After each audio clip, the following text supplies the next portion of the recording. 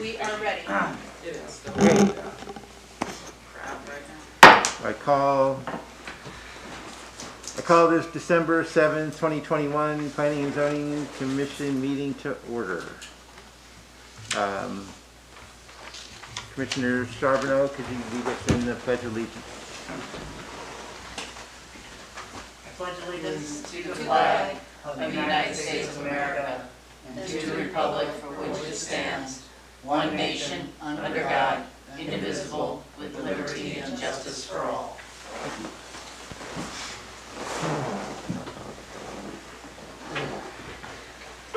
Okay, roll call.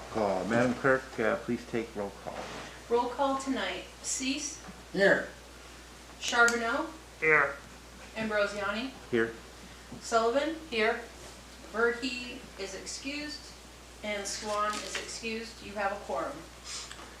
Thank you.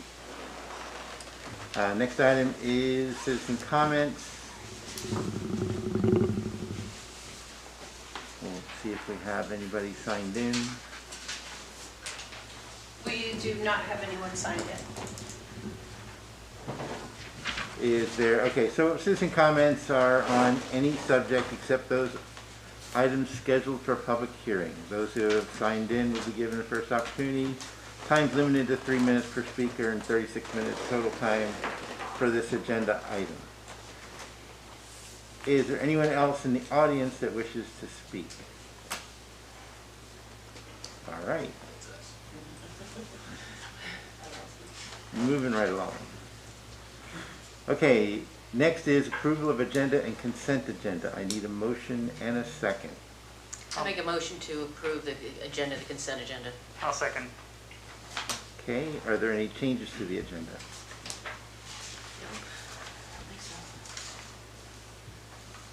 All right. Madam Clerk, can we have a roll call vote on the agenda, please? Voting on the approval of tonight's agenda and consent agenda. Charbonneau, Yes. Cease, Yes. Sullivan, Yes. Ambrosiani. Yes. Your agenda and consent agenda are approved, and approved on your consent agenda are the November 2nd, 2021 regular meeting minutes. All right, thank you. Next is special orders, presentations, and reports. We don't have any proclamations or awards. Next will be the city administration report. I'll turn it over to our community development director, Mr. Jason Bickman.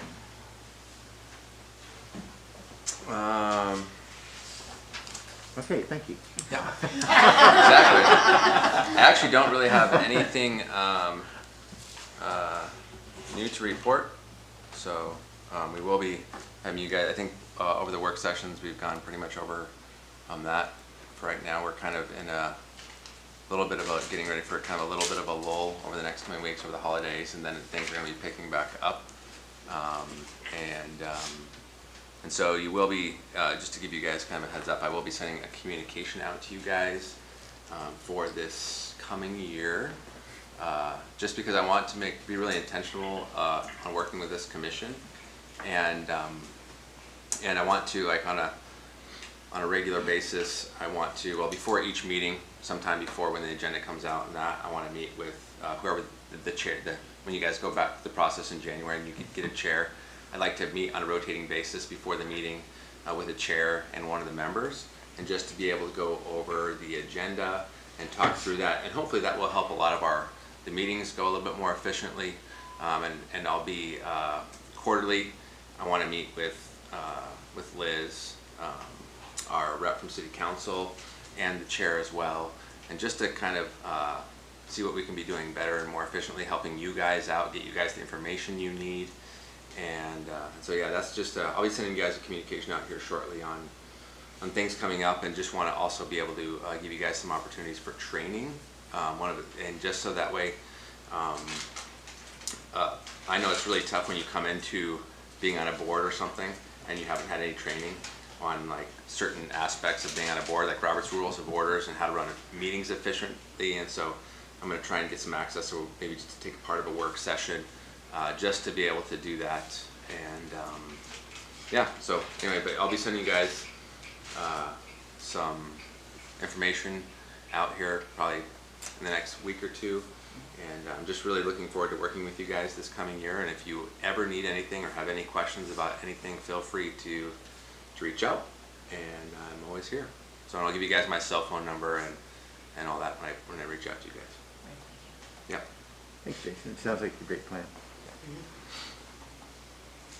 Okay, we don't have any other reports, announcements, or presentations. We'll move on to public hearings. The first public hearing item is Resolution 2021-027. Madam Clerk, will you read the title into the record, please? Resolution 2021-027 is granting a conditional use permit to ACOM Consulting Incorporated to construct a wireless communications facility on the roof of the Residence Hall on Block 29, original town site of Seward, Block 29 replat, located at 516 3rd Avenue, within an institutional zoning district.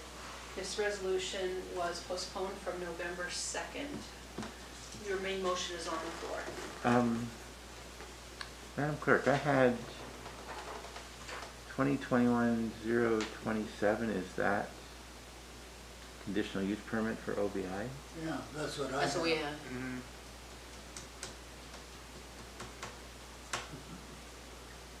Throwing me a curveball on the first time I had to choose. I think we voted on that, didn't we? We did. We did.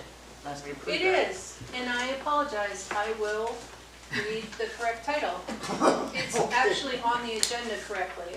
I'm sorry, I picked it up wrong on my minutes. Oh, no problem. So thank you for pointing that out. Okay, so Resolution 2021-027, the correct title, granting a conditional use permit to OBI Seafoods to construct an employee campground with modular housing on Lot 2, Block 3, Lair Industrial Subdivision, located at 1607 Northwestern Circle, within an industrial zoning district. This resolution was postponed from November 2nd. Your main motion is on the floor. Thank you. Administration, do you have any comments? Excuse me. Do you want me to read the staff report on that? Certainly. Thanks, Courtney.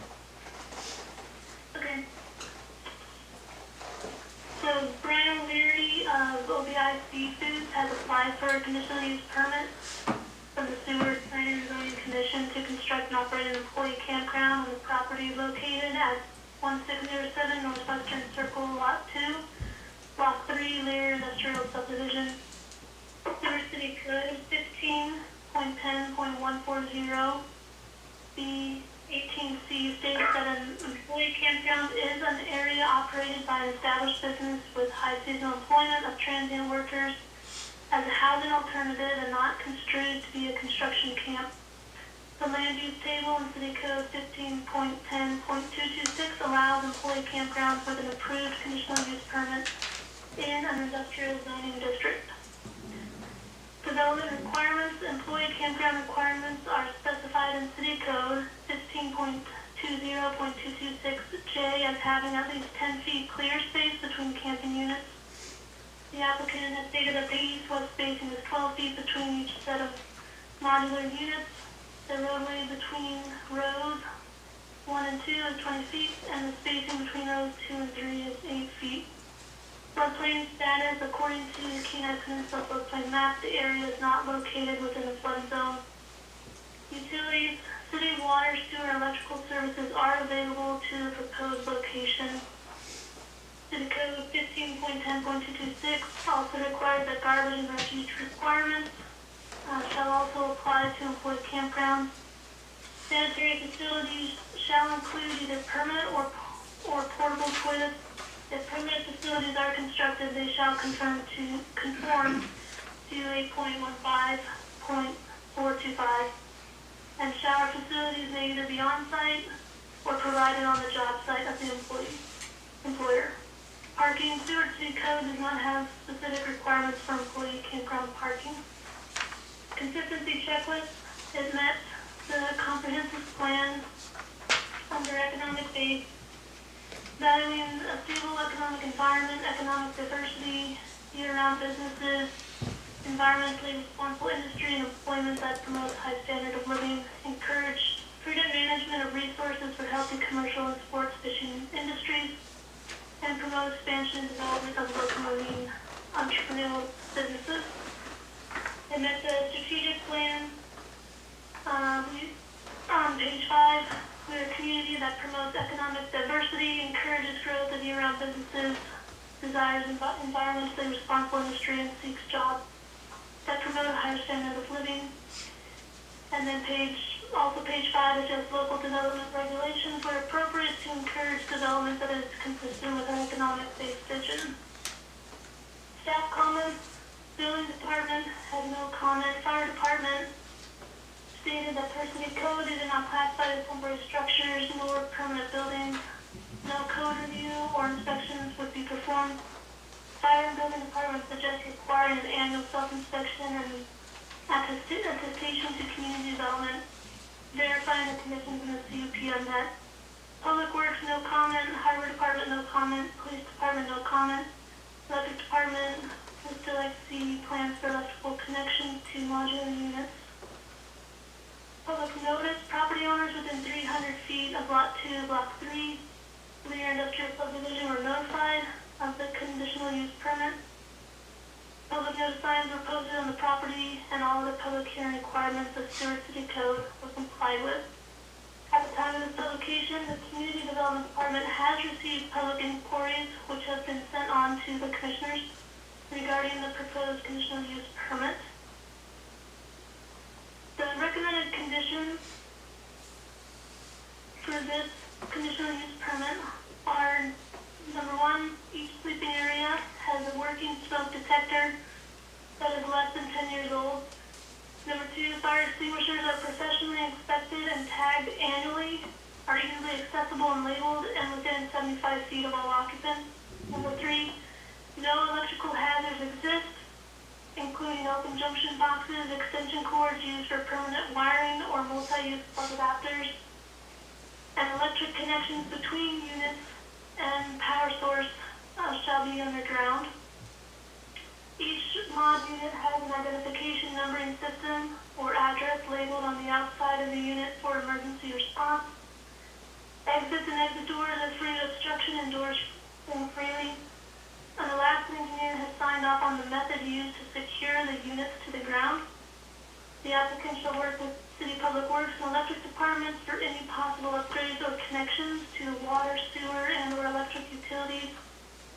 All parking and maneuverability requirements as determined by the Planning and Zoning Commission shall remain on site for the life of the use. Bear-proof, bird-resistant containers shall be provided for all garbage and refuge for the life of the use.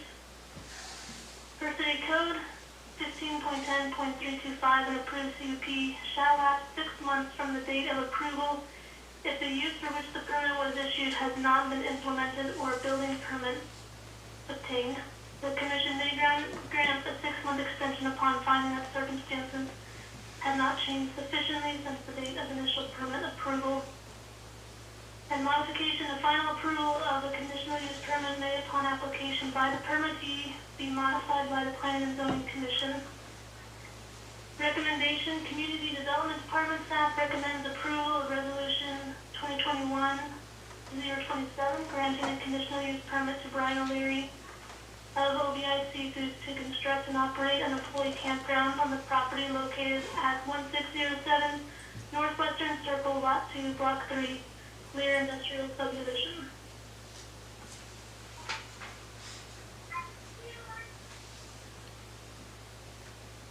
Is that it? I believe so. Okay. Anything else from administration?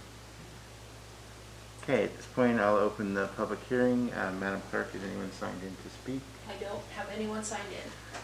Okay, and is there anybody else here wishing to speak on this item?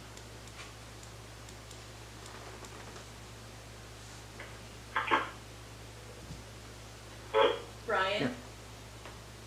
Yeah. Yep. Is that Brian O'Leary? Okay. You're with the commission. You have 5 minutes. Sorry. No worries, thank you. Just we appreciate everyone's time and working through this process on cleaning some things up. And it's been a little bit of a process, but a good one for learning and going forward.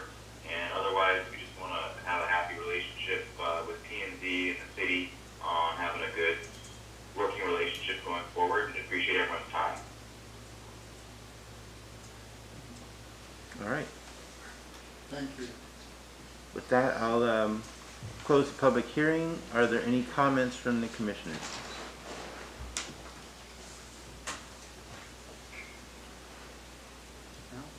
Chair, I do have Do we- one quick question. I see that the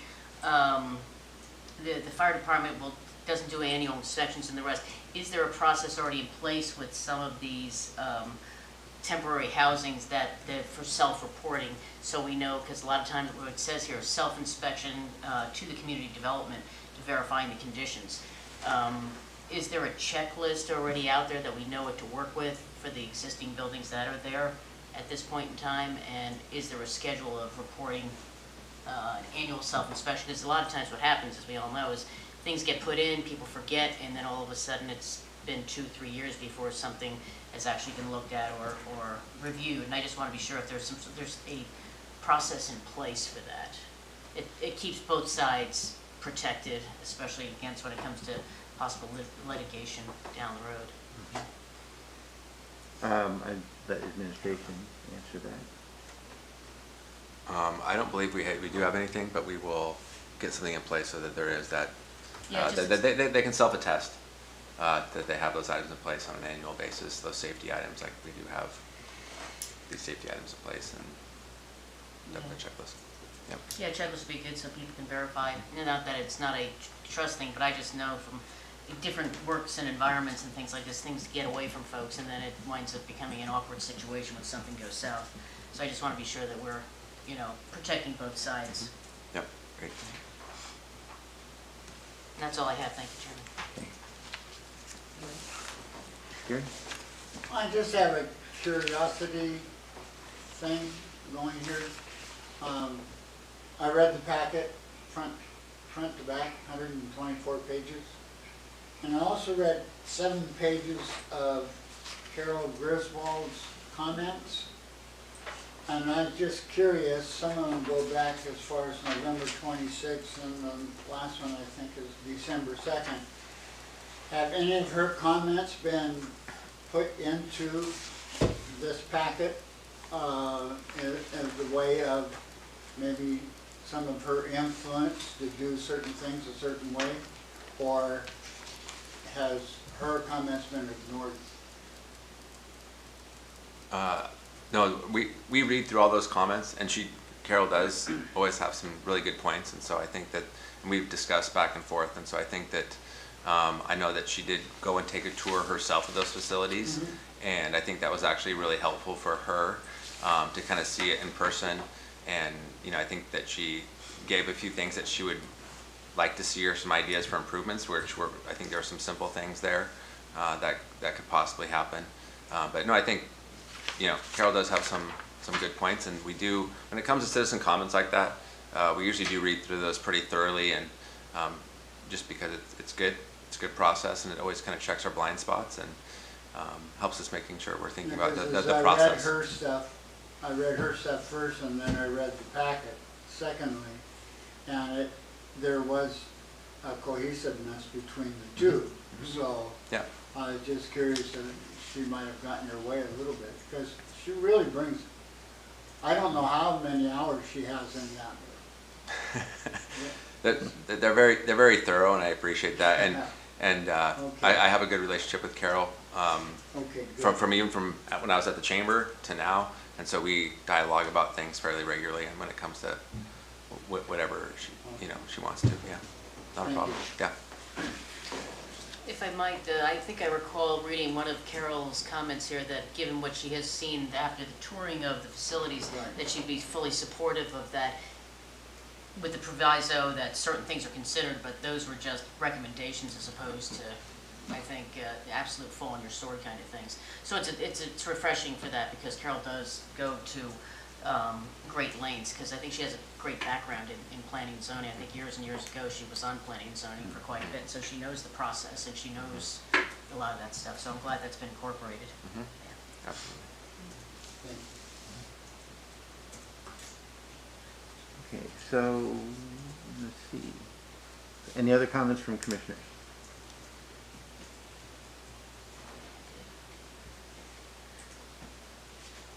So, Madam Clerk, do we not need motion and a second for this, or do we? That was done November 2nd. Okay, So that makes you're on sense. the floor now, and if there are no amendments and no further debate, then we can vote. Okay, let's call for the vote.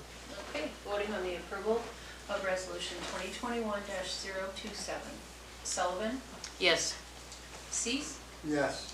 Charbonneau, Yes. Ambrosiani. Yes, That resolution is approved. great, thank you, everyone. Let's see, the next public hearing item is resolution 2021-029. Madam Clerk, will you read the title into the record, please?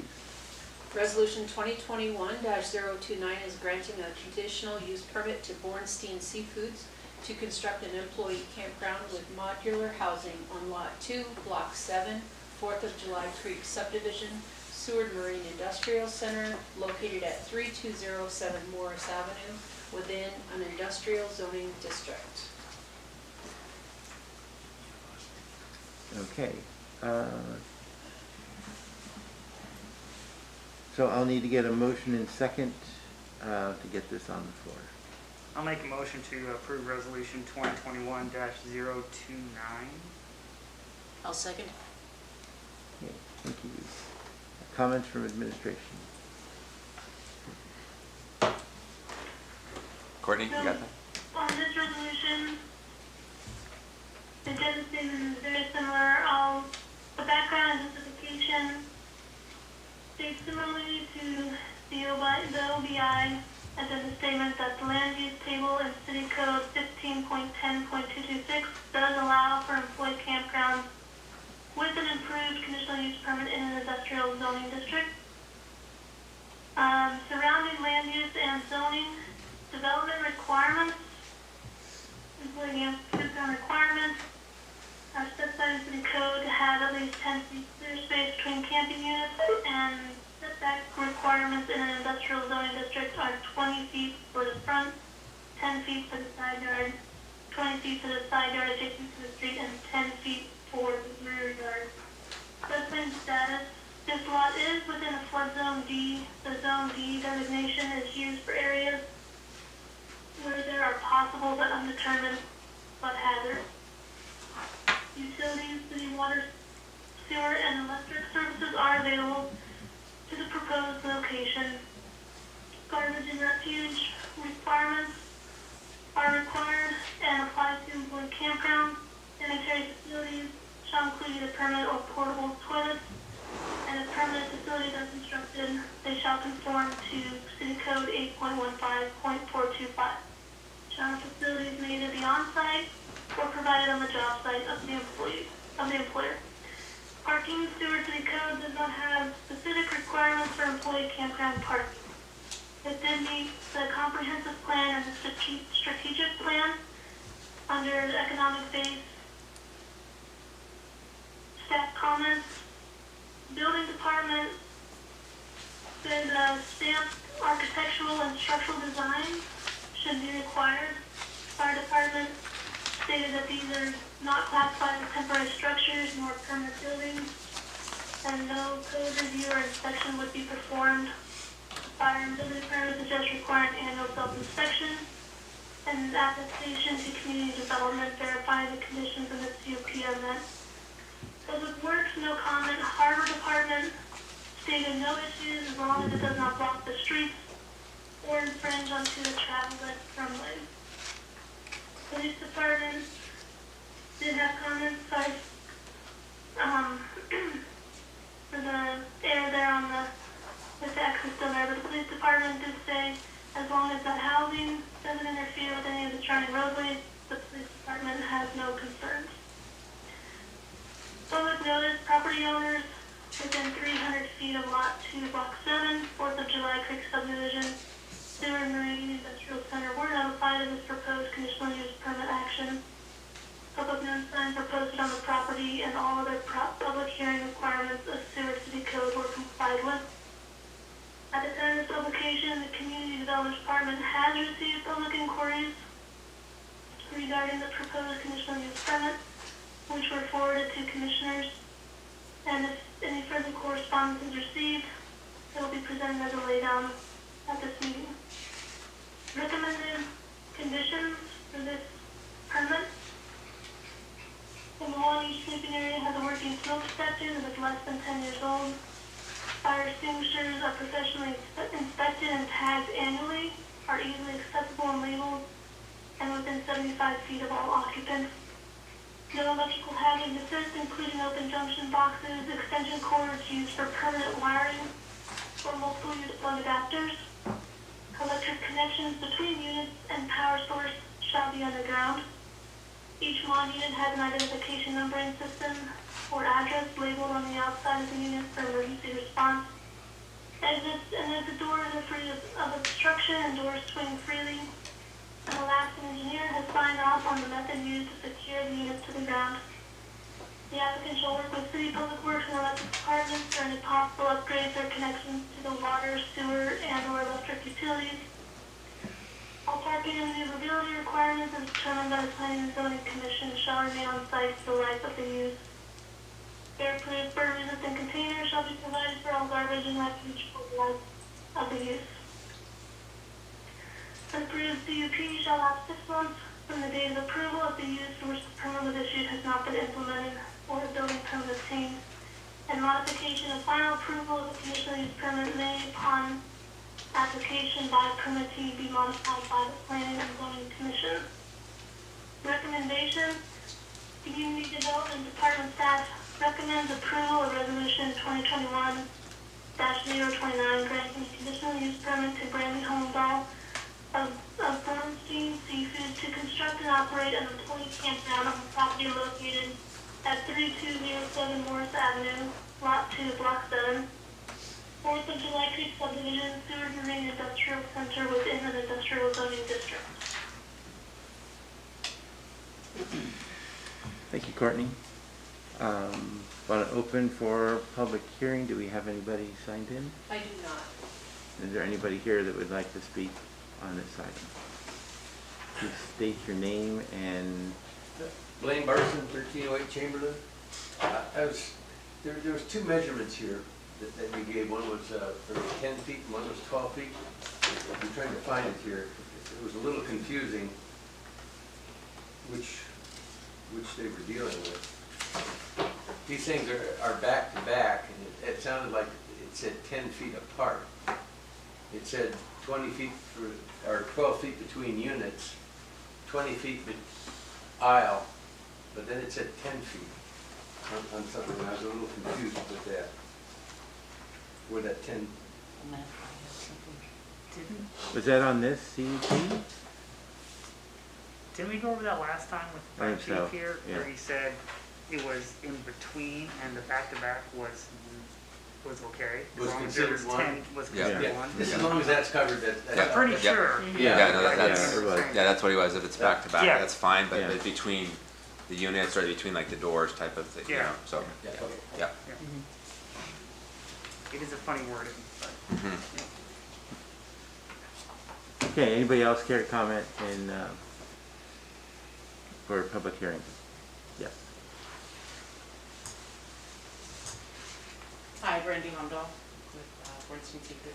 And I just want to thank you guys for your attention to this and your understanding of how important these conditional use permits are to the seafood industry here in town. And we really have appreciated working with Jason and the community development people to make sure we're meeting code, and look forward to working together in the future to continue to make it the best possible for our employees and the communities. Thank you.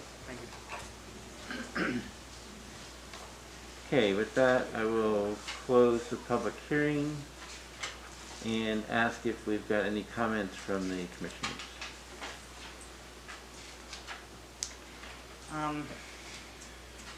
Conditional use permit is pretty much the same as the previous one we just dealt with. Yeah. I did have a question about flood zone D, but since everything else seems to be in there, I'm assuming it's not an issue.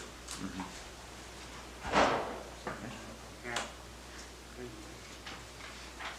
I have just one question, Chairman, is I have a couple of schematics and I want to be sure which one is which. I'm a little, is this the one that was just recently handed out, the most recent? Because the one in the packet looks a little different than the other one, so I was a little confused.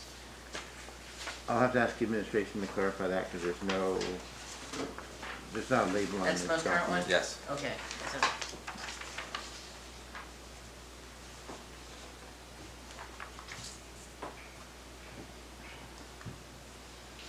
So Good. just for the sake of the public, can I just clarify, the drawing that was provided as a laydown on the dais tonight is one page, it's a blue and yellow colored drawing of a map that's uploaded onto legislative history as a laydown for tonight's meeting, in case someone in the public is looking for that document.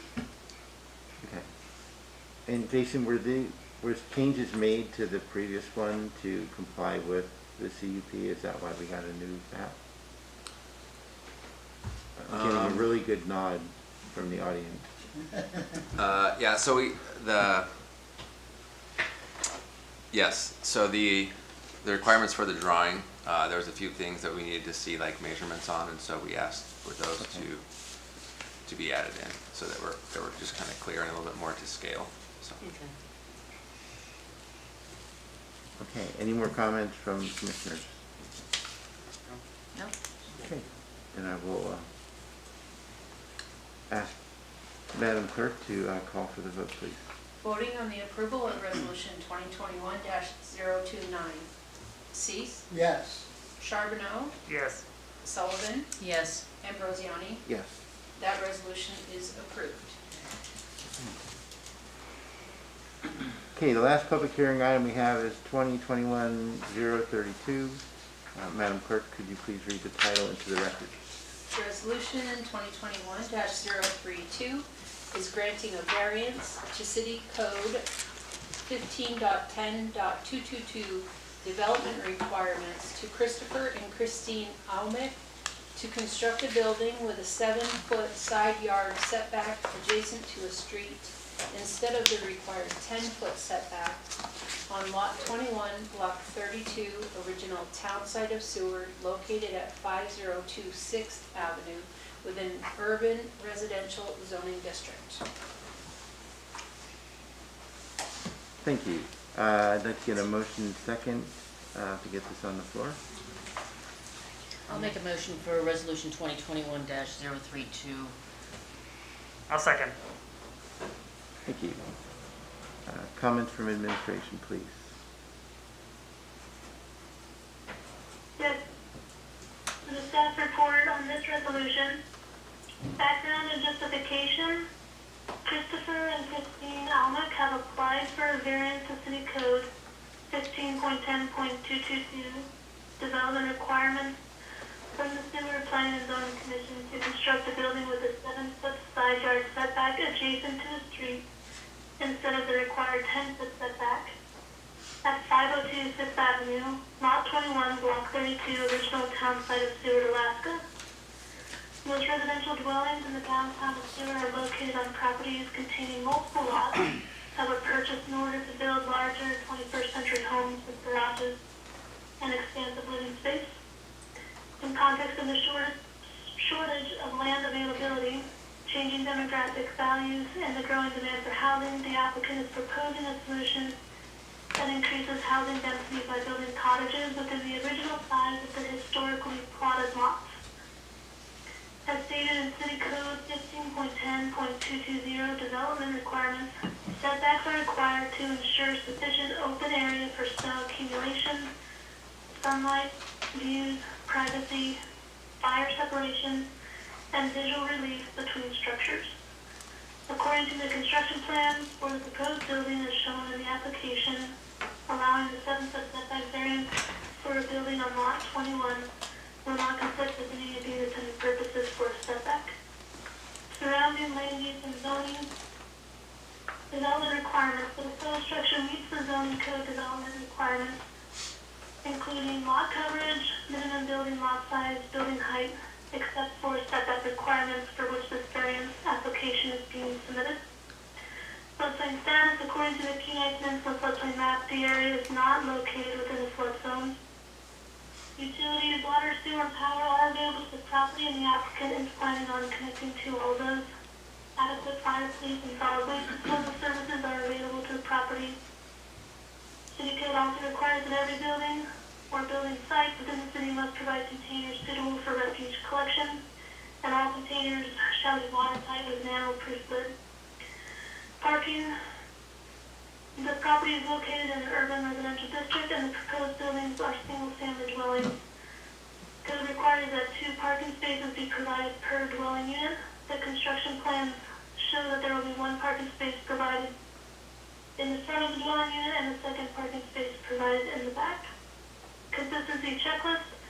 With a comprehensive plan, it meets the economic base to encourage the development of infrastructure and expansion plans for currently undeveloped residential and commercial property.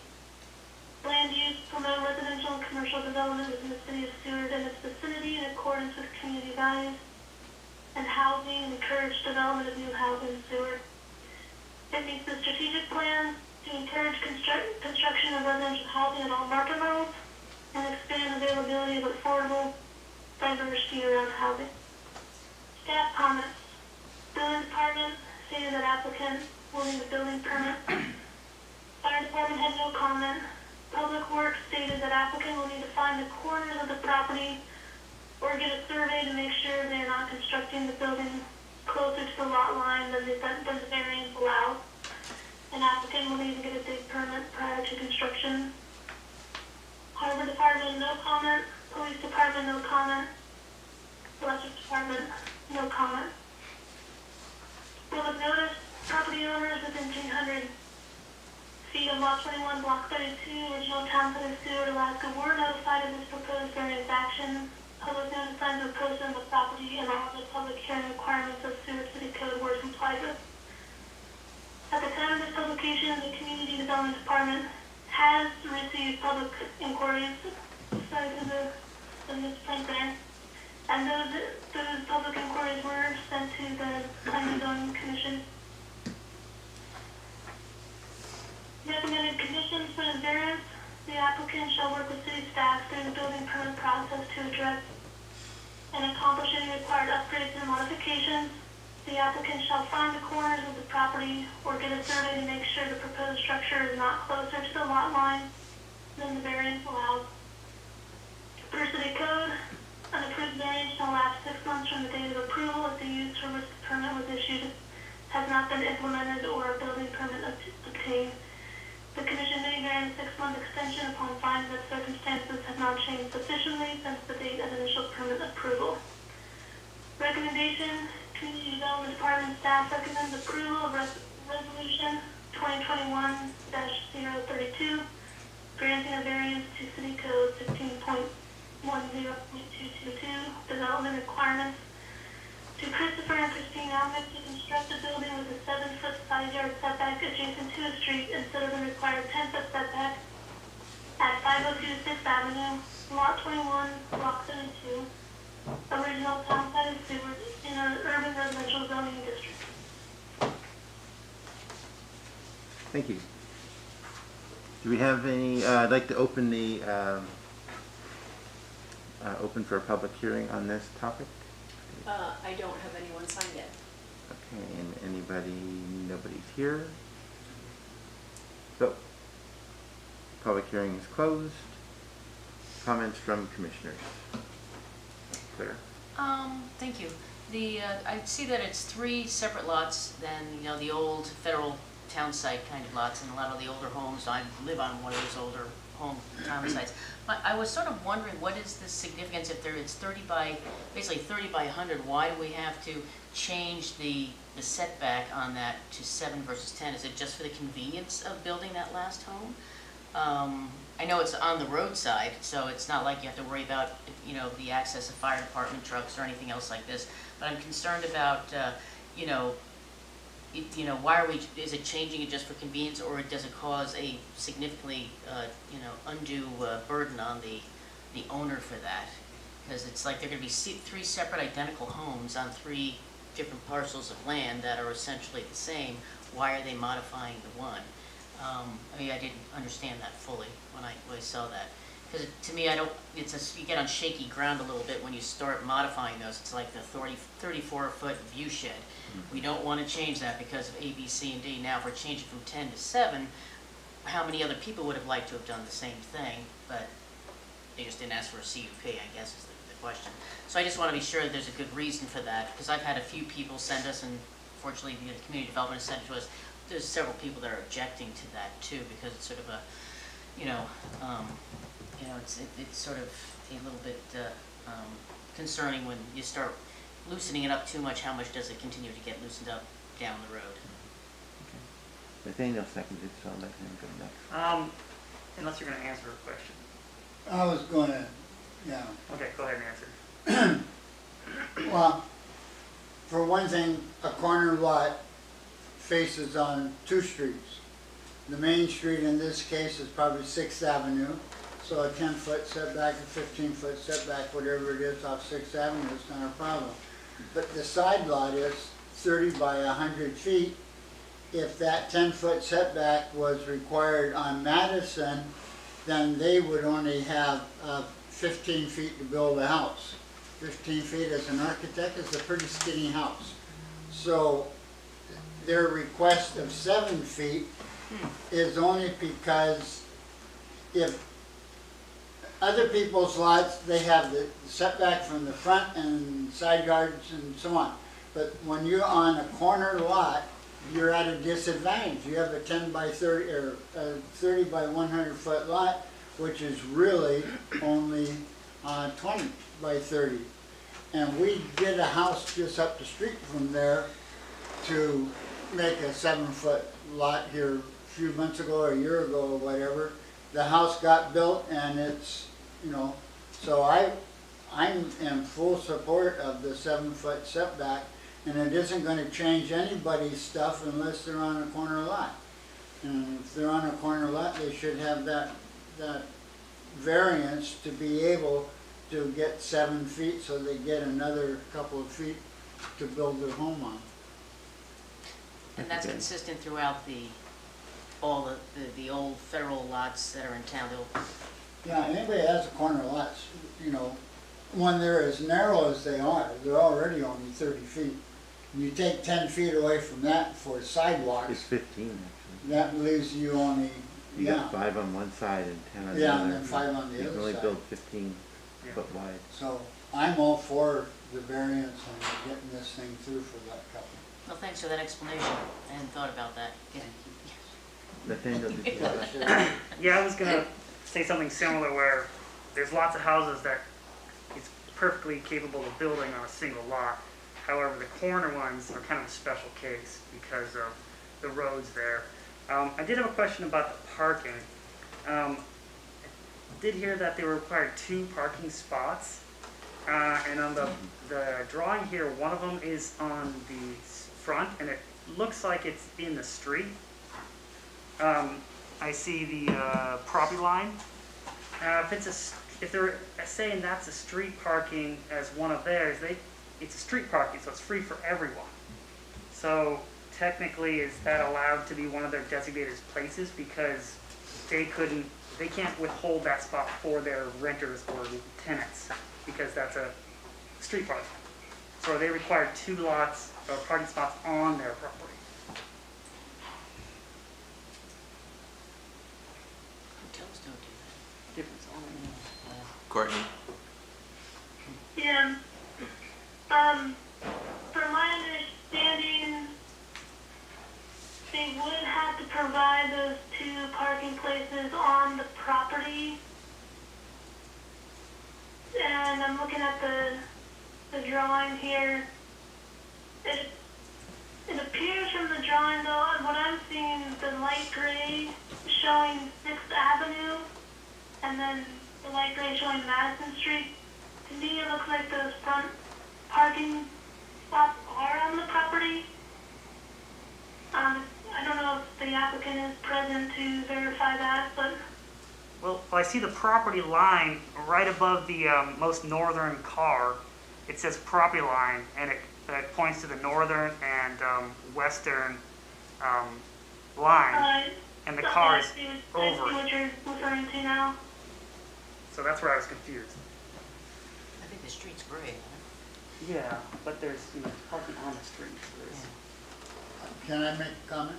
So then, So it looks like the parking spots are within probably the setbacks and for the road or something. Can I make a comment? Which, We'll wait for Courtney to Okay. finish.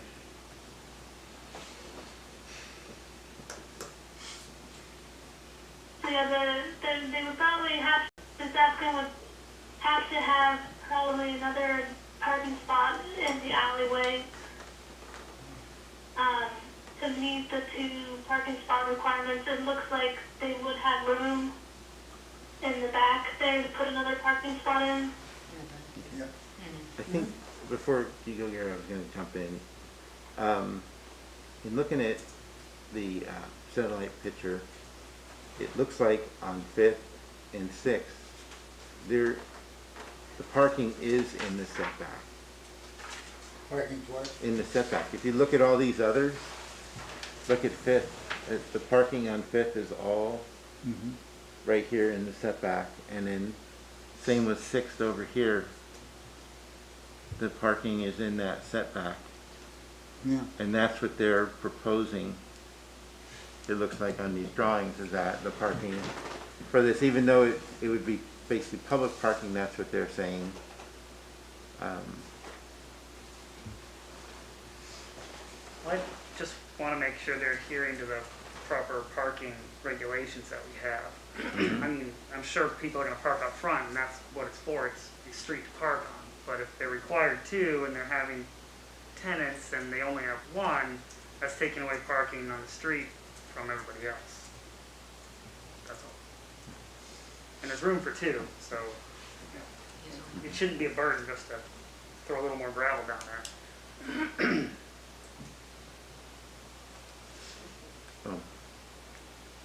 But I do believe what we're talking about tonight is just the setback, not the So it'll parking. come back again? Oh, I don't know. No, we don't need to come back. Yeah. No. Okay. I have a question or a comment. Yes. I mean, I live on 3 lots, like they have 3 lots, but mine are centered lots. And we have an alley, and our alley access, we have tons of room for parking. I have probably 7 or 8 parking spaces. So there's no, you know, if we get into an argument about 2 needed parking spaces, the parking spaces can come off the alley for each house. Now, is this how, I'm assuming that these were single-family residences, but are they duplexes? No. No, single-family residence. So you've got plenty of alley, you got 30 feet of width for 2 parking spots. So that should settle any argument there. If they park up front, well, that just might be something that's part of 6th Avenue, but it's certainly, you know, I don't think they want to have cars in their front yard, but, you know, they could, anyway, I just think that the alley will take care of any required parking needs. Well, I feel like the drawing's wrong on parking, and I just want to make sure it adheres to the city code. So I don't know, You mean the plot? the line design, drawing. Yeah, the drawing. yeah. Can I ask Courtney to weigh in on that, or Jason? Yeah, sorry, in that case, if I'm mishearing something, just correct me. I can't hear everything precisely, but from what I've heard in the conversation, so with this variance application, yeah, the commission isn't specifically looking at the parking requirements. The parking requirements would be an issue if the commission feels that the variance to the setback would cause difficulty to meet parking requirements specified in code. So for example, if allowing that 7 foot instead of 10 foot is going to create a problem with having 2 parking spaces, say in the back by the alley, then that might be something to consider, but the variance application is different than a conditional use permit in that the commission isn't looking to make requirements that they have those parking spots. That would be something that they need, the applicant just needs to meet a general, if someone were to build a single-family dwelling and on another property, they would have to provide 2 parking spaces.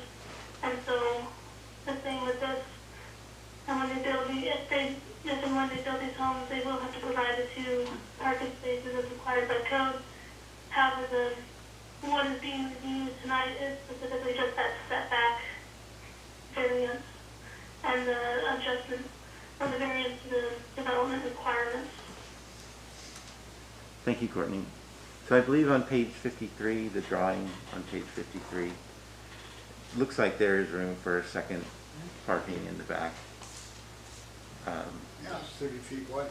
Yeah. There's plenty of room. So I think I'm not too worried about that. And, I'm really torn on the 7-foot setback because of what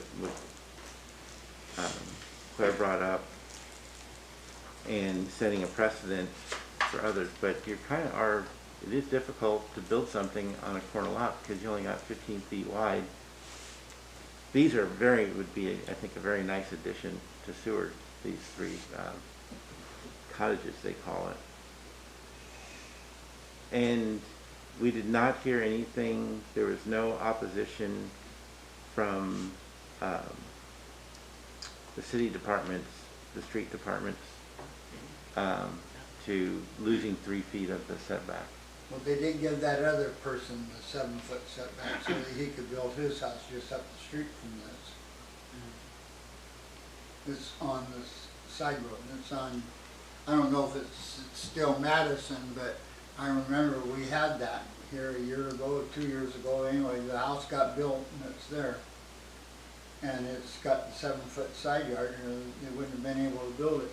The other thing about this 7-foot setback, on Madison, they could always pull in behind off Madison, put their parking area that way, behind the house. Mm-hmm. So they got tons of parking. They don't have to worry about any of that stuff. So I'm not talking about the parking, I'm just talking about the setback itself. And Yeah, well, is you it can going to drive set a through the precedent? setback in order to get to your parking spot, right? That's true, yeah. We all drive through our setbacks. Mhm. So- Well, normally I don't like changing setbacks, but a variance is kind of set there for special cases, This is a and special- corner lots are a special case. That's right. We've done it before, and it's just a spot that, the way it's drawn out, it kind of just got a little less than everybody else. And I feel like this is, one of the variants, it's a special case that fits into a variant application. Good. Okay. Any more comments from the commissioners? Thank you for that message. We'll call for a vote. Okay, voting on the approval of resolution 2021-032. Sullivan, Yes. Cease, Yes.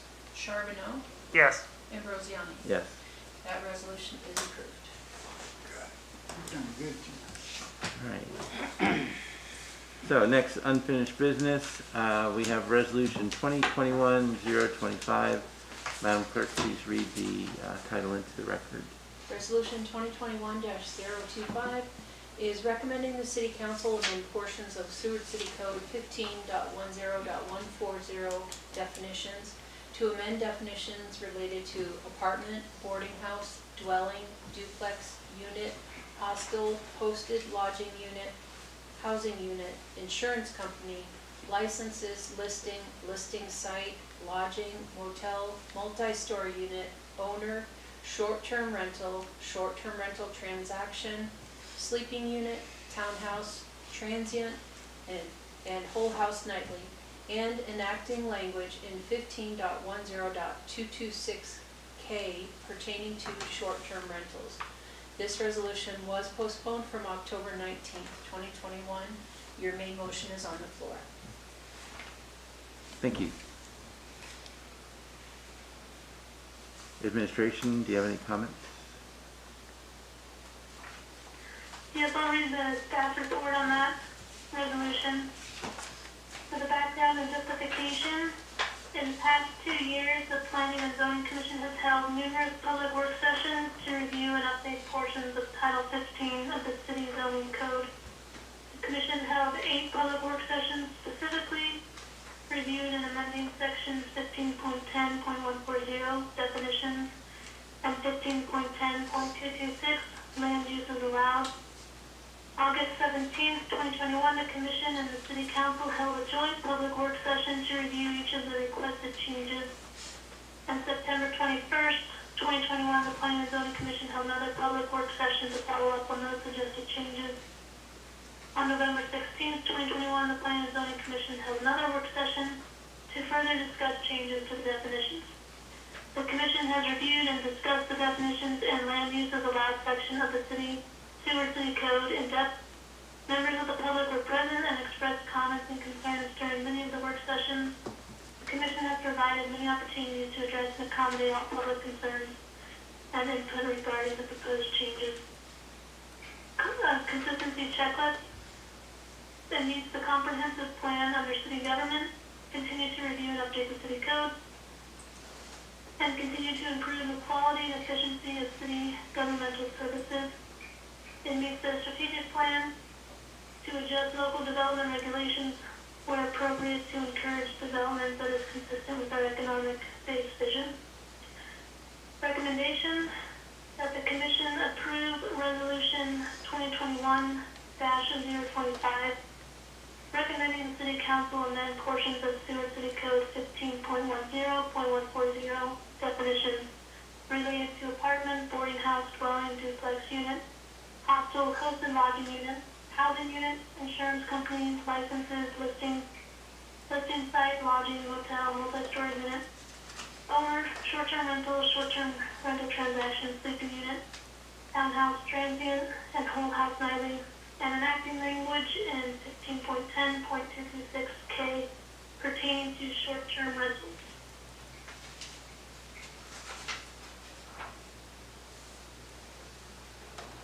Okay, thank you. Commissioners, are there any comments on this amendment or resolution? No, I think we've gone over it. I like the new wording on page 71 about hold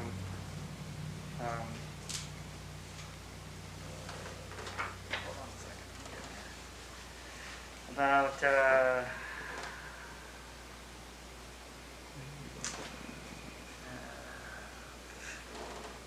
no, I can't find it. Anyway, yeah, I think it looks good. I concur with that, at least on page 71. I like the final whittling down on substance use disorder treatment facility as well as the insurance company, because those things were not addressed before, really. They were pretty a little more fuzzy. I don't even think we had anything on insurance company. I wasn't here on the earlier work sessions, but it seems like some of these were necessary to put in.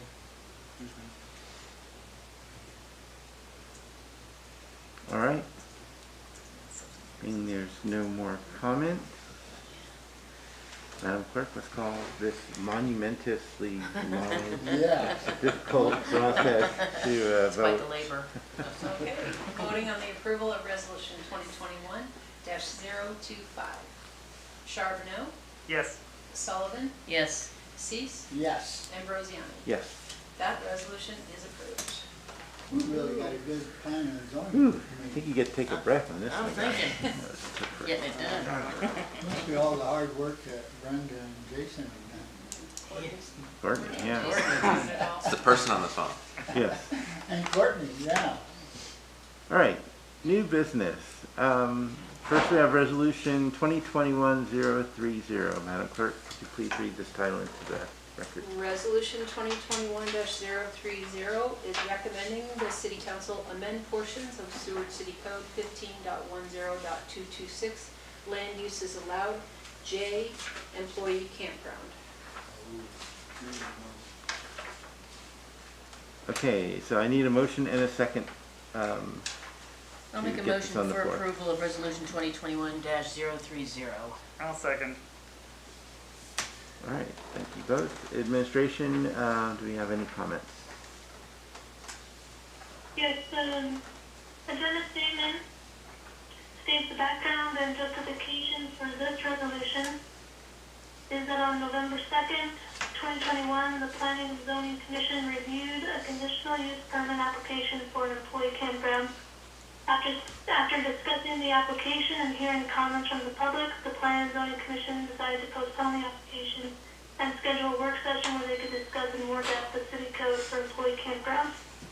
On November 16, 2021, the Planning and Zoning Commission held a public work session in which they received public input and discussed making a change to Seward City Code 15.10.226, land uses allowed, J, employee campground, to extend the duration of the operating time frame, to change what is defined as a camping unit in an employee campground, and to clarify the requirements for sanitary and shower facilities. Consistency checklist it meets the comprehensive plan under city government to continue review and update of city code and continue to improve the quality and efficiency of city governmental services. And it meets the strategic plan to adjust local development regulations where appropriate to encourage development that is consistent with our economic-based vision. Recommendation is that the Commission approve Resolution 2021-030, recommending the City Council amend portions of Seward City Code 15.10.226, land uses allowed, J, employee campgrounds. Thank you, Courtney. Commissioners, comments? Claire? No, not at this point. I have one. I like everything on it, but after reading some of the comments, I was wondering about quickly changing that employee campground to temporary labor camp, because it's not really a campground.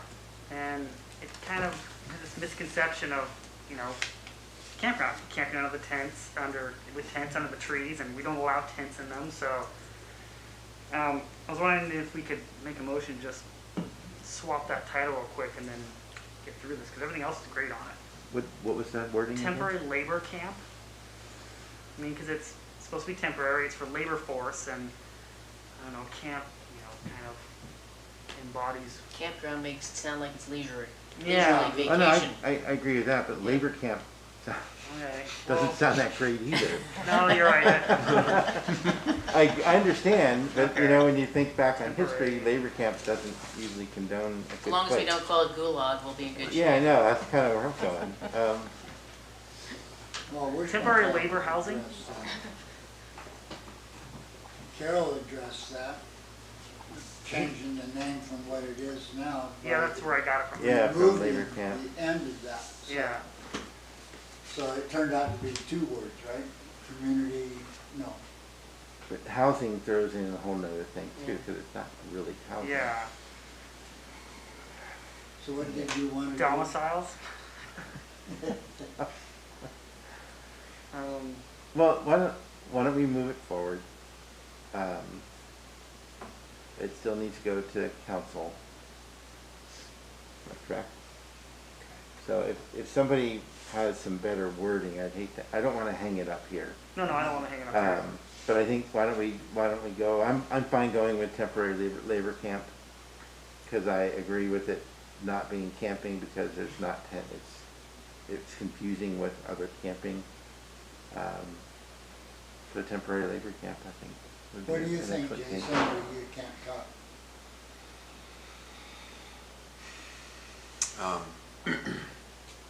I agree with the concept. But then if you make up that, you have to worry about some of those larger language changes, and then where you have to go like change the language all the way through other pieces of documentation that refer back to that. Mhm. So I just want to be aware of before changing the name. Are there other places that we need to go and change all that as Yeah. well? And there's that piece that always kind of sticks in my mind. Make a language change, there could be a lot more. Again, I totally agree with the concept. I do think we need to continue to work to make this very specific use for the fisheries industry be its own thing, and kind of get it away from, so it's change the name so it fits exactly what it is and points to what it is to use for, because really that's the only reason it's used here. And so I agree with you in philosophy of coming up with a nomenclature that fits it correctly, and but you know, I think it's something that we will come back around to again. So even if I believe if you guys do move it forward, it's something that you guys can continue to come and revisit and add to. Courtney and I we already talked about some other things that we already need to come back around and visit, even though you guys just adopted all those language and definitions. It's in the world we live in right now, like things like the word tiny home, like we don't have, that's not in our language. It's great that we got that over, but we need to continue to adapt, and so I think that will be on the continuation of having our language refined for better usage. Can I say something? I just wanted to clarify. So were you in favor of making a change or not in favor? Philosophically, yes, I'm in favor of, like, I think in the long term it would be best if we do that. I don't know if it necessarily, it's up to you guys to decide what you want to pass on to council for them to approve.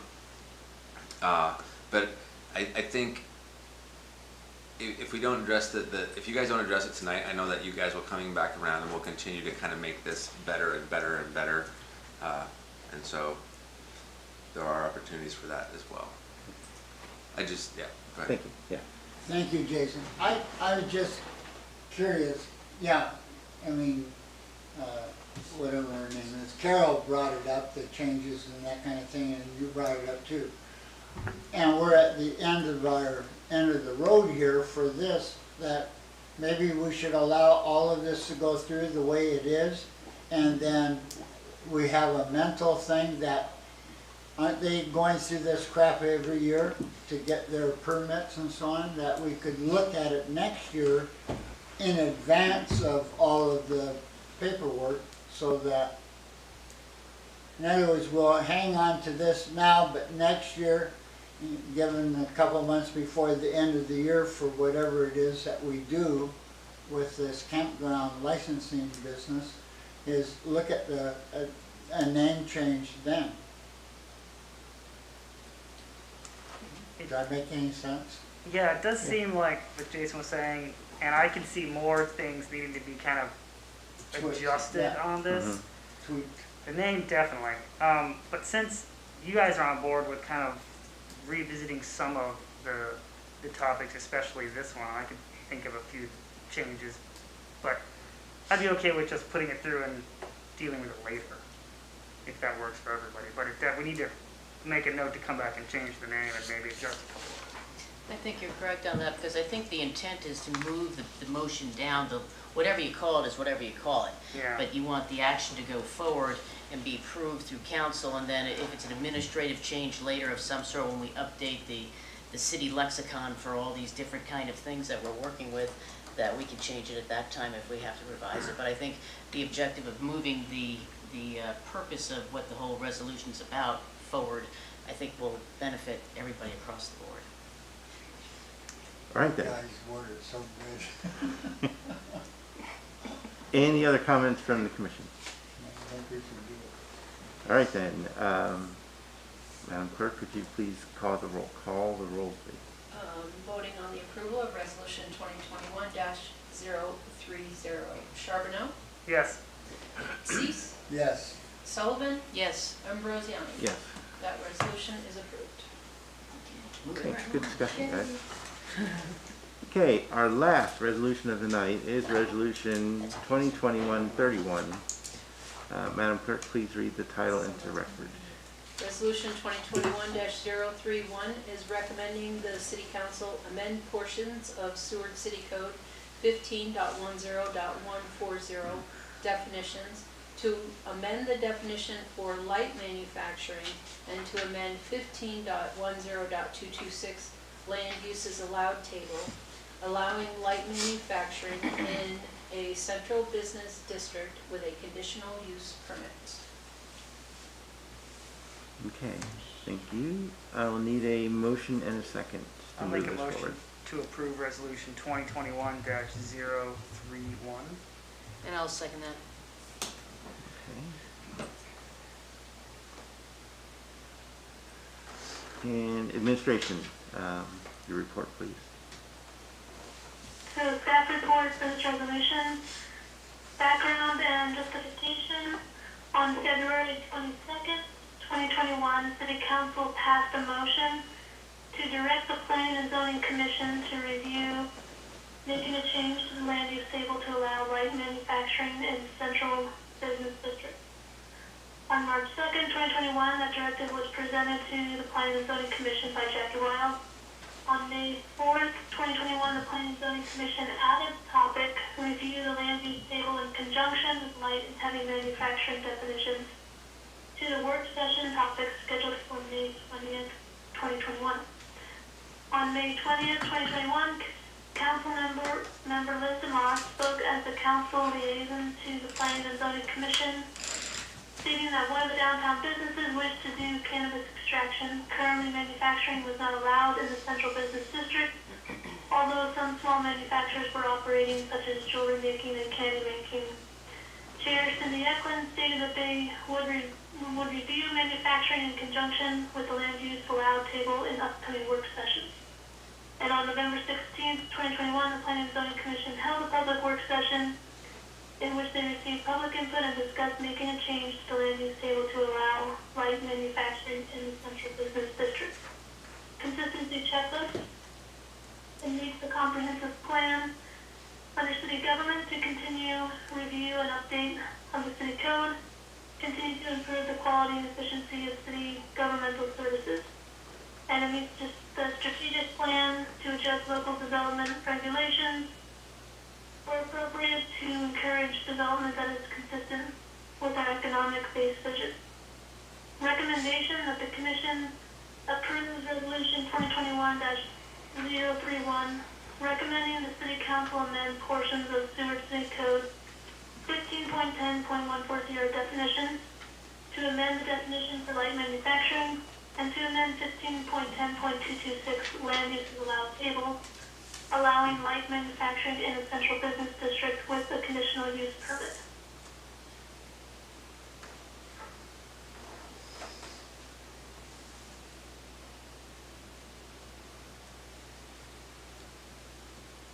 Okay, thank you.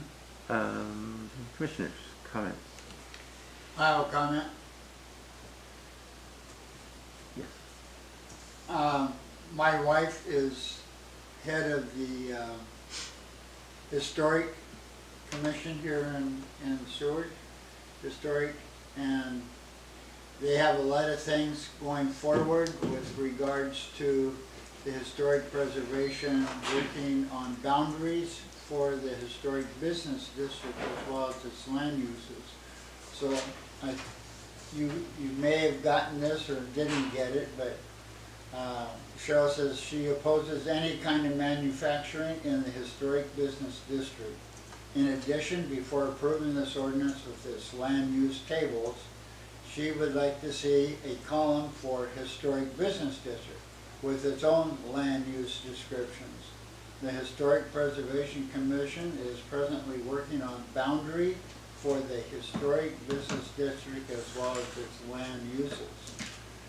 And she's requesting that we postpone this ordinance until February 2022, allowing her commission to complete their definitions and having the opportunity of your review and hopeful approval. Sincerely, Cheryl Seats. And I believe we did receive that one in email? Right? Okay, Yes. I was just trying to find it. But I couldn't. Well, Okay, go ahead. I really like the definition change. I think that should be its own separate thing to go through instead of tying that to this conditional use light manufacturing. But I don't think we should allow light manufacture in CBD. It's its own district. It's downtown. You know, this is changing for one person, and ramifications for it is pretty sweeping. And I feel like if we had a bunch of businesses that were all wanting to do this, then maybe making a pretty large change would be a good idea. But one person, if they want to do light manufacturing, there's plenty of auto commercial nearby that you can do it in. We don't have a shortage of areas where this is allowed. So I don't think we need to open more areas to it. I know we have some non-conforming areas, but that was just something that happened in the past, and, you know, a poor decision got made then, and we don't need to continue to make that decision, you know, down the line. My concern about not allowing light manufacturing is then we are essentially taking away the value of those businesses that have built their business on light manufacturing. So if candy making is considered light manufacturing, jewelry making is considered light, beer making is considered light manufacturing, we have businesses in that downtown area that have built their businesses on that. Framing pictures was probably considered light manufacturing. I mean, there's businesses there that are doing it. They would not be able to sell their businesses to somebody else and have it continue to be what they're currently built it up to be. So what they've worked for, you know, some folks for a long, long time, we would be taking that away, that value away, by not allowing light manufacturing. And that's where I have the rub about it. I understand where you're coming from. We don't want it, we want a downtown that's more tourist friendly, that's, you know, walkable and nice to visit. We don't want all these manufacturing things that you can't visit. So I'm not sure where the middle point is there, because I like where we're trying to go, but I don't want to take things away for people that have worked hard to build what they have. Well, couldn't the people that you are discussing, and I agree with you about working hard to get their businesses together. I mean, look at, some of them go back to 1906. But why can they not be grandfathered into it? I mean, they've already got the business, they want to sell the business. If they don't change the business, and, you know, let it continue on as a grandfathered business. All Cheryl is asking for is to take a look at this in February of next year, and to allow the Historic Commission to get borders. They have no borders. Some people in town just think the whole city is historic. But she would like to see them work in an area, and then from that do the improvements. I mean, historically, the city is, you know, it has historic things. So, and I can't really speak for Cheryl because I haven't been in that, but anyway, I just feel that if we could postpone, or if we can wait, or not allow businesses for a short period of time, it would be about 3 months. If we couldn't, you know, study it a little further. Some of these things, definitions, we've studied for 4 or 5 years. So we ought to get 3 months in here to study this. So do you want to make a motion to postpone this till February meeting then? Yes, I'll make a motion to postpone this, thank you, till February 22. Uh-oh. Okay, Jay. We threw a flag. So. One is I do want to. I'm sorry, Oh. before Do I need to- discussion, you have a motion on the Oh, floor. okay. You'll need a second if Okay. you want to carry forward. I'll second for discussion on that.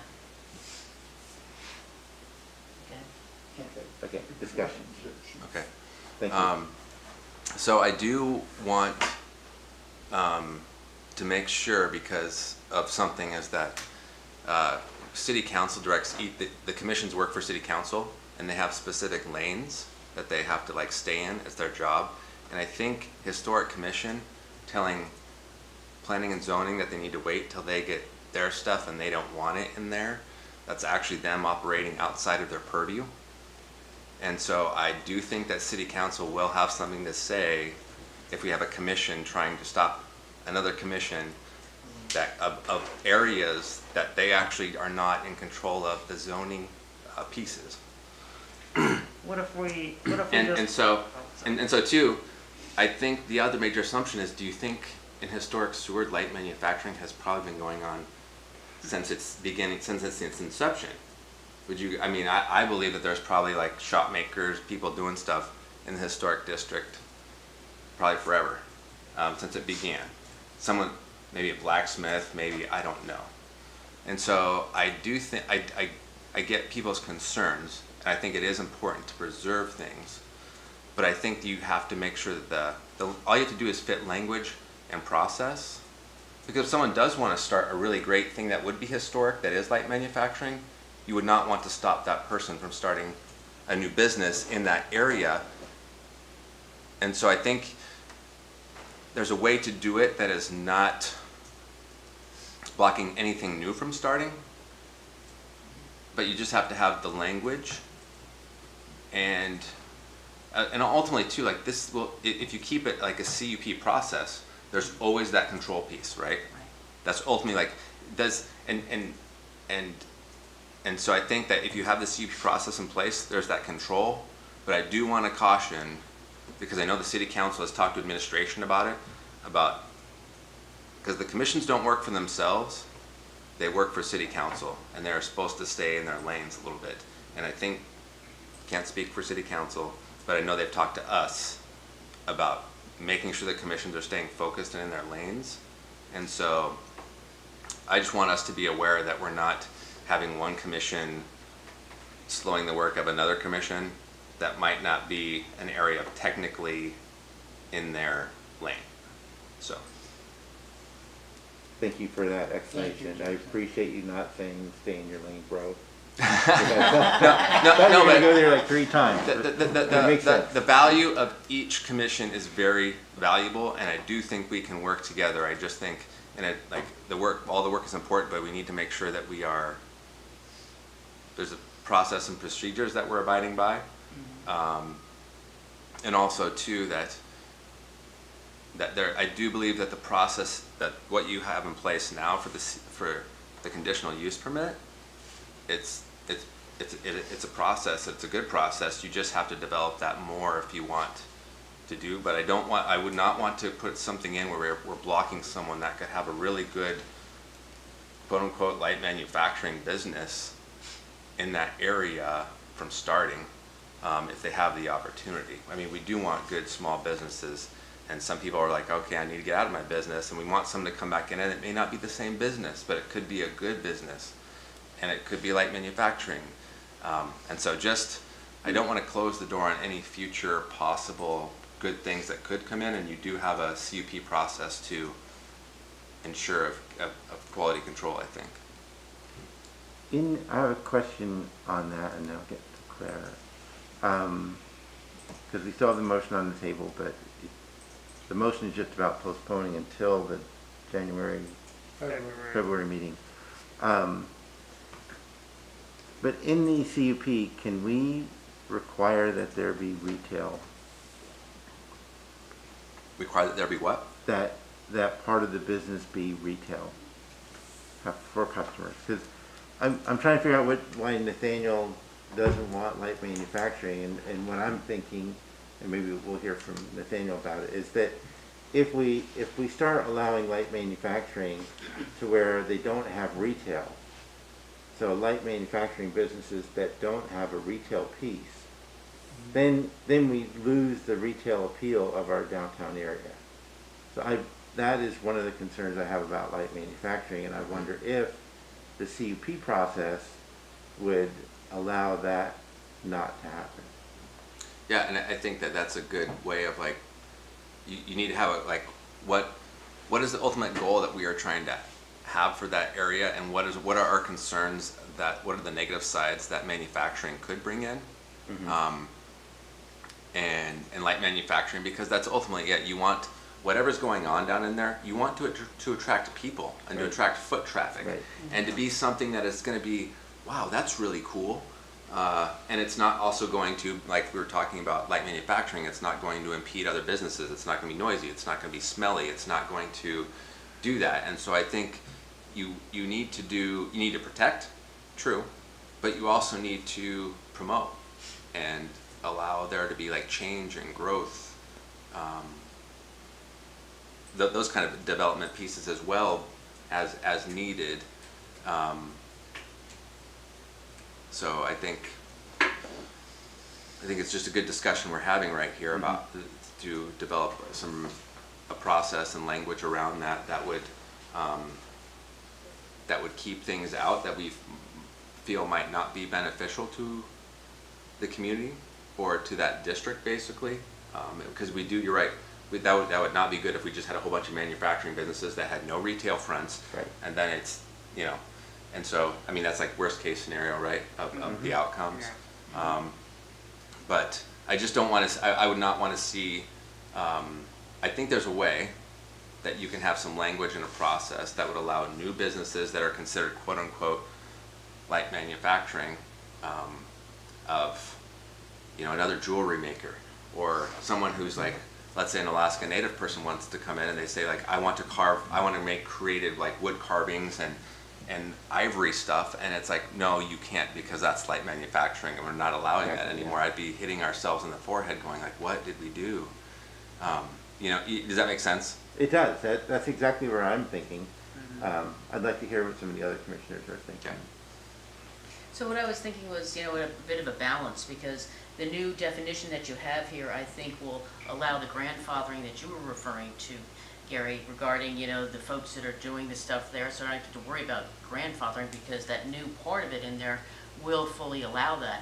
But it also ensures that what goes down there, to some extent, isn't going to be noxious, isn't going to have smoke or fumes, so it's not going to be that the previous definition had fabrication, and you could fabric, you know, sheet metal stuff. And so I think it's a very much more cleaned up definition, and it will allow the growth that you were referring to, and that we can continue to move forward. And if we're getting back to the, you know, whoever comes down, whether it's that one business that wants to do, like Liz had there, the cannabis extraction, that may or may not fit that stuff, because you have to prove that it won't do all that stuff, plus the fact that it'll have to go through the fire department assessment, and most cannabis extraction has butane and a few other flammable things that probably wouldn't meet the light manufacturing criteria. I went to AMCO because I didn't know anything about, you know, manufacturing marijuana. So I went up to AMCO and talked to the commissioner and all the rest of those guys up there to find out exactly what it was. So it's a very involved process. So if somebody's going to try to do that downtown, they're going to have their stuff completely together, or else they'll violate not only our definition, but also too AMCO investigators or inspectors would shut them down in a heartbeat. So there's fail-safes in a lot of that stuff. So I think, you know, going forward it'd probably be an okay thing. So we may not even need to postpone it from that standpoint for the historic preservation folks. We could continue forward, because this would already maybe sort of corral in what they might think would be negative. We can still keep the old stuff that's there. Because one of the things that Cheryl is asking here, or her historic people are asking for, is to have a column for historic business district with its own land use descriptions. So we've got 90 some odd dwellings and houses and all that stuff, but apparently historic business district is not part of that. And if we could get that with its own land use descriptions, maybe that could work in with a negotiated, so historic preservation committee, preservation's a big thing, but the historic preservation committee can get along with the city of Seward. And I'm only the spokesman, but I gotta go home. Well, I think the definitions are fine. You could probably do a separate, we could either do a separate consideration for a historic preservation column or overlay. definition, of some sort. They could do And so an they have their overlay. own thing there. Our definition would go forward, but we have a separate column for the historic preservation or downtown So they get district. some recognition, because they're working hard to I'm letting Nathaniel speak. preserve this. Can we get back to the motion to postpone? Yeah, I'm going to let Nathaniel speak, and then we'll address that motion. Well, and I'm assuming that it was made central business district at whatever point, so that we had a shop, like a downtown shop area. My major concern is I don't want to see our downtown shopping area turn into manufacturing areas. it is, and I like that the point about putting, you know, a shop, a retail section in there. And I guess the best place to do that would be under the CUP and not underneath the description. But, you know, that could settle a lot of problems there. Okay. So we have a motion on the floor. What I was waiting for on that motion was if we needed something else done, then we would have a reason to postpone. And I was wanting to see if anybody had anything, you know, if we need a legal clarification or if we need to find out what we could and couldn't do in certain things. So I wanted to wait to hear what you had to say on that. So to start with, we have a motion on the floor. I'll need to ask the clerk to do a roll call if we're done talking about it. Which motion are we referring to, the postponement or the? Voting on the motion to postpone this resolution to February 2022. Sullivan? No. Charbonneau? Now, Cease? Yes. Ambrosiani? No. Okay, that motion has failed, so your main motion is carried. So much I have for my an extra proposal. room. Okay, and then our main motion for Resolution 2021-031. We have that motion on the floor also. I have So- one more comment for this. Okay. For just the description. So if we're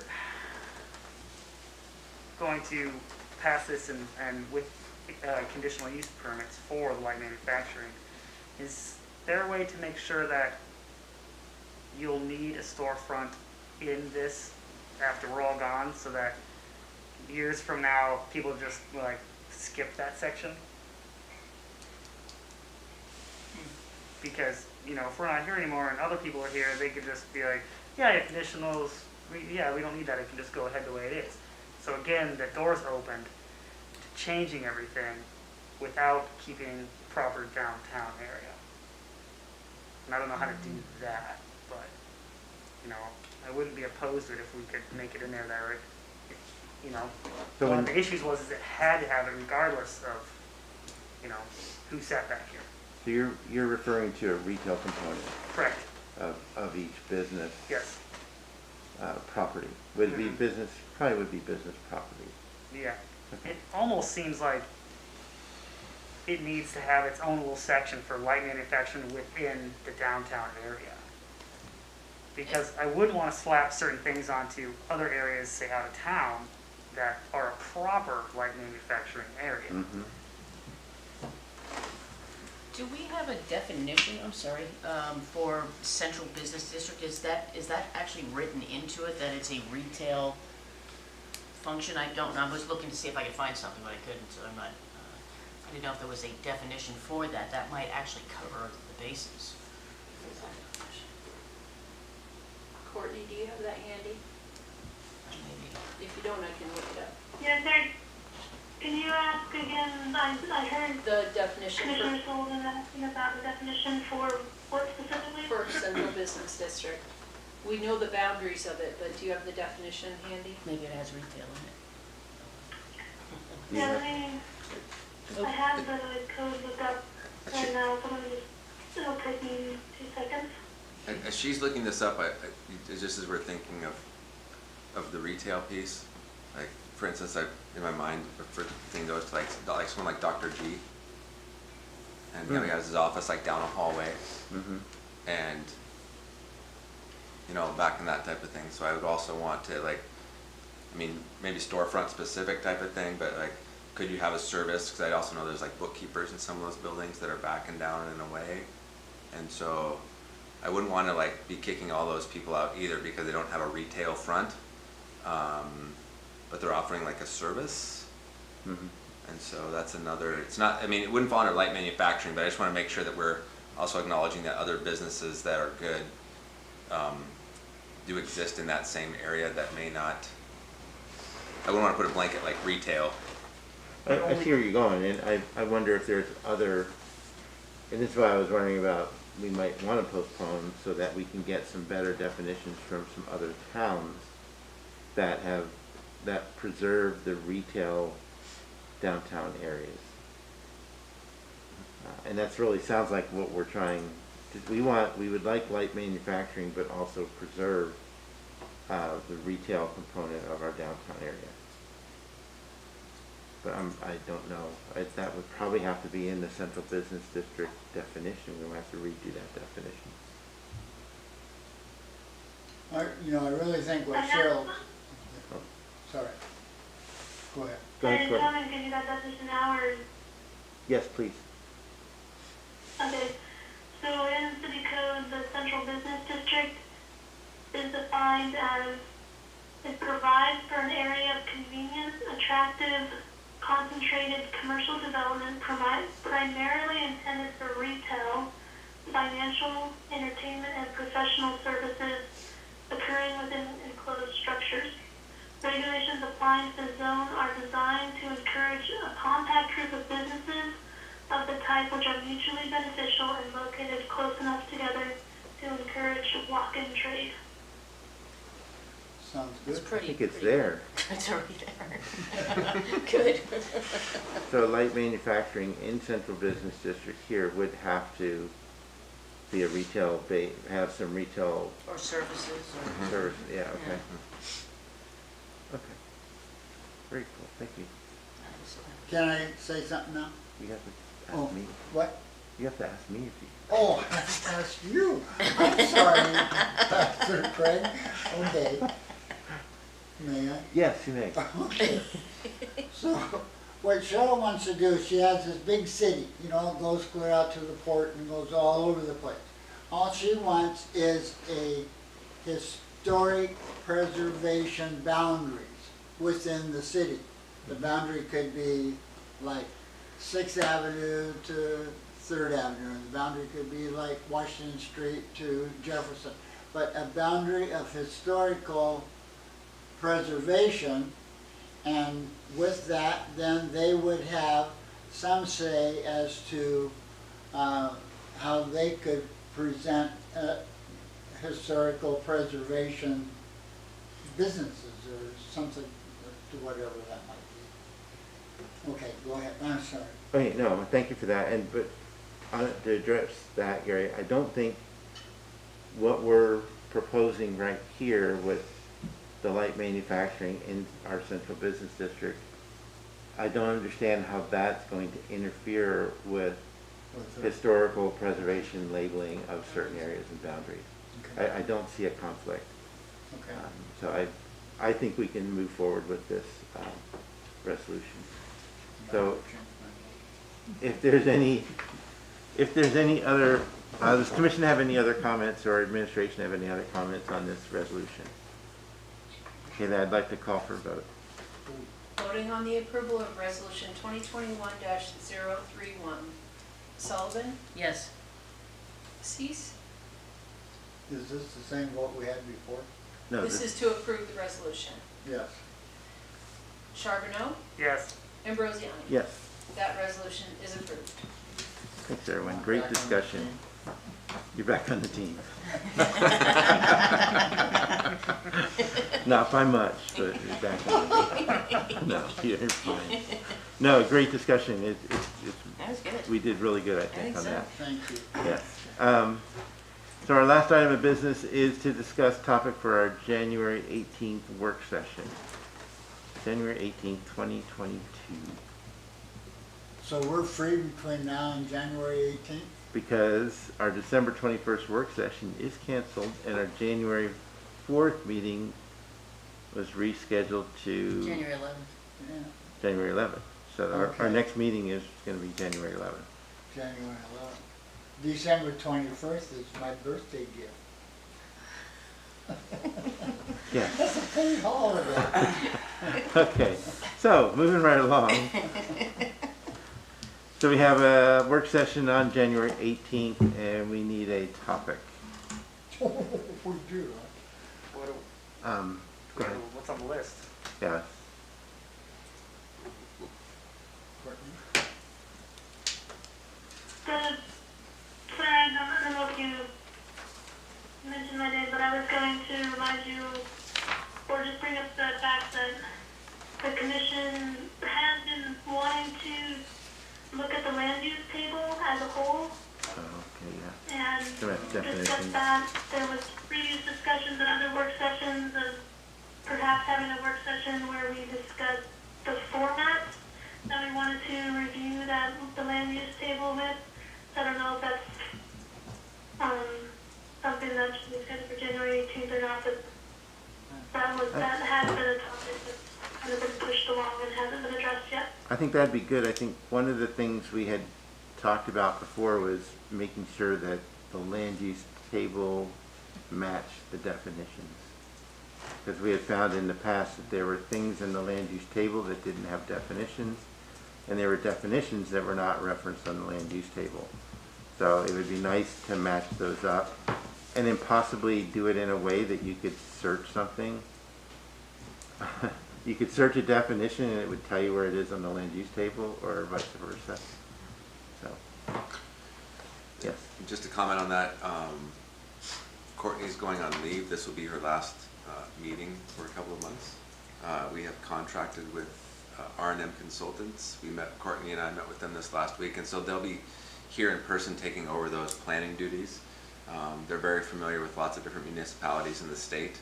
They are out of Anchorage, and so they'll be coming down here and helping us planning, like the whether it's a work session or meetings. But we will have other planning group that we'll be working with in the meantime, so we can kind of continue the support for this commission and making things happen. Good. All right. Courtney did a great, meeting. Okay. Let's stay on our agenda for just a few more minutes, if we can make this happen. So, information, items, and reports. Anything else from administration?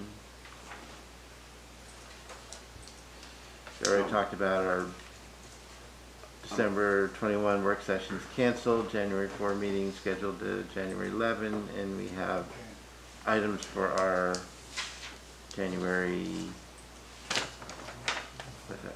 18th work session. Okay, so any questions on informational items from the commission? Any comments from citizens? Okay. Next we have board and administration comments. Oh, wait a minute.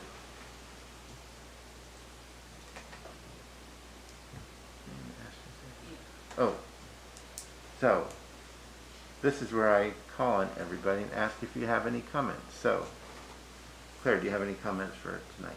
I'd like to thank the commission here for rocking this out. It's pretty good. It knocked all of these out, and Jason and Brenda and Courtney, thank you for this. It's been I like how fast it went. I like how people had a good exchange and we didn't belabor anything to any extent, and I think it was a very good exchange amongst everybody. So, thank you. I'd like to thank the staff, like always, for all their hard work, and Courtney, we'll see you when you come back. I appreciate the unity we had here with the four of us, and with Jason and with Courtney on the telephone, and of course with Brenda. And I don't know, you get a lot done when you have unionization. So, well, I could call it. Anyway, it's a partnership. We're doing good. Thank you, sir. Thank you. Jason, did you have any comments? One that I forgot to kind of put in my report earlier, but I'll just mention now. One of the things we want to help, we're going to be, like for the CUPs, we're actually going to be developing kind of this like exemplary example that we give to people when they go to fill them out. One that's going to help a lot of and we're going to do that with actually all of our permitting. And we're going to give those to them, and that way it's kind of an educational piece so that they know what everything needs to look like, how things need to be answered, what maps need to look like. It's going to cause a lot less internal back and forth, and also too, you guys will hopefully get just one very complete exemplary CUP delivered to you every time. That will hopefully alleviate a lot of questions, and we won't be throwing a bunch of stuff at you after the fact. And so we're hoping that will help out in your process, but that's something we're going to start up when Courtney gets back. And just to try and again help them understand, raise the quality, and make your jobs easier.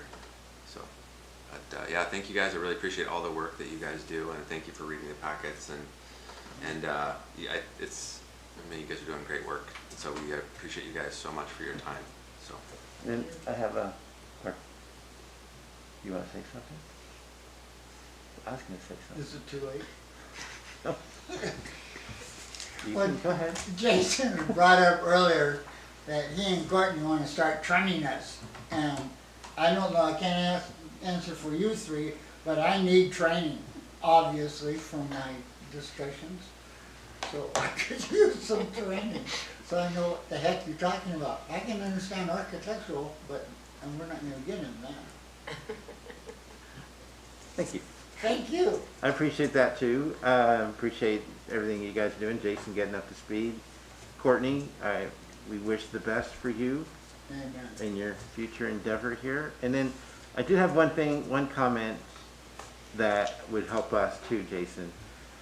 And I don't know what's legal or what's not, but it is quite challenging to be up to speed on the comments that are coming in via email and trying to keep the comments straight. It would be nice if there was a comment deadline that we would have a couple days to review comments before we have to take action, because people are expecting us to read them from this afternoon, and that's not always possible, especially if they're 8 pages long. So, and that, you know, that one we did get in time, and some of the ones we just got were short, but it puts us kind of in a bind, and we feel responsible, but we don't necessarily have time before we get off work and 7 o'clock meeting to thoroughly review some of this stuff. So it would be nice if we had a cutoff for the meeting. Okay. But I'm not sure if there's some legal precedent, and that's why it's open until the last minute. Yeah, and yeah, I think either way we can at least even encourage people, like, hey, if you're going to have comments in, please have them before, because they're more likely to be considered highly if you get them in early. Mm-hmm. I mean, that's just the natural process of things, and so let's talk more about that, and we'll look what we can do under the code that we have to operate under. Okay, great. And how are you going to give us your phone number? He's not, no. I'll give you guys my phone number. I'll get it to you. Email. You will, okay. Yeah. All right, and thank you for everything, Brenda. Yeah, Yes, thank you, Brenda. Any comments from you for tonight? All right. She managed that whole thing. Ask for a motion to adjourn.